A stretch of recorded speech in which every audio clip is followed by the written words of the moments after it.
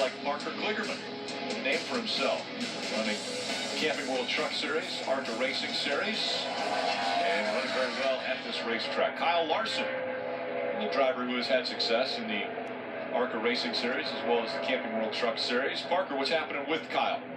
Well, from his first run on track today, he had a brake issue. He felt like he had to pump up the brakes going in every corner, and really felt like the brakes were even making him overdrive turn 2, which is a very unsettling feeling for a driver here. You know how much you depend on the brakes as you go off into 1. As you go up into 2, it really bleeds the speed for you and sets the front end, allowing you to get through turn 2.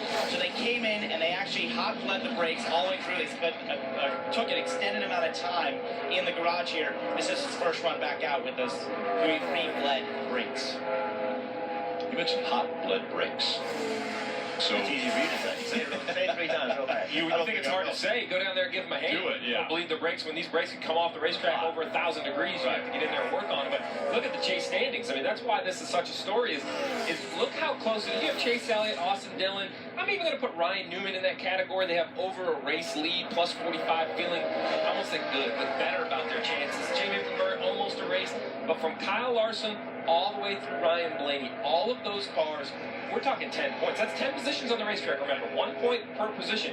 We see bad restarts. We saw Jeff Gordon, Brad Keselowski struggle on a restart last week, lose more than 10 positions on a restart. So this can move along every race. It can move along during the race. One of the things with Kyle Larson right there on the cutoff line, you have to look at how good is Kyle Larson as he has a little wiggle there and catches it.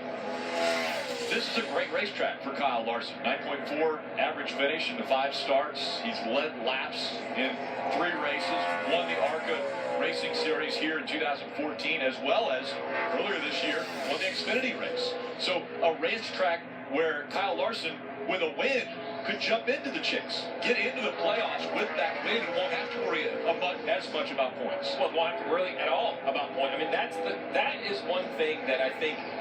When they announce, hey, a win and you're in my mind, as a crew chief, I thought, we're trying to win. I don't really get the big deal. But then instantly, I understood. We were very fortunate to win early a few years, took the pressure off through the summer. You're able to work on your equipment, build different race cars for a team like the 42.